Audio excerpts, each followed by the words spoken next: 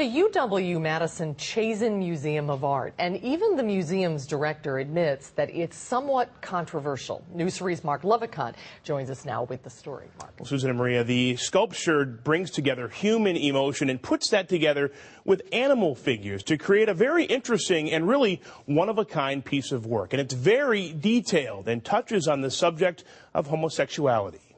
What is art? Art has always dealt with the broad gamut. It's defined as the conscious use of skill and creative imagination. We see art everywhere. But if Oscar Wilde is right in saying life imitates art far more than art imitates life, what exactly is this saying? There's clearly a certain controversy because of the biological detail, as you go in a lower part of the sculpture. This work is called A Rush of Blood to the Head. It depicts two male goats, clearly aroused, embracing and kissing.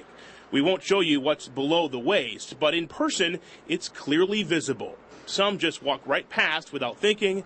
Others are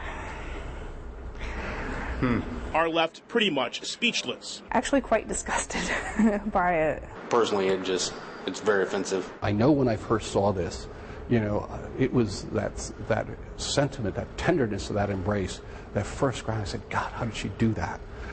And then, it's the further, oh, okay. Chazen's director, Russell Penchenko, says he's only heard from one person who took offense to the work. He calls the piece remarkable. The human emotions that she captures in her figures are absolutely striking. It's what the Washington State artist is known for, combining human emotions with animal figures. But is it striking a wrong chord with visitors? I'm just not a big fan of it. I apologize to the artist. Penchenko says it's all in the eye of the beholder. I'm a firm believer that good art sometimes will offend people. You never know what people might find some difficulties with.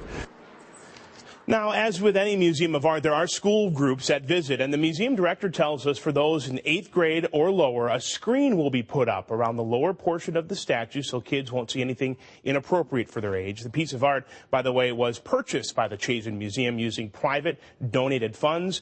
For insurance reasons, the museum's director will not tell us how much was paid for that piece of art. Marc Lovicott reporting tonight. Mark, thank you. You bet.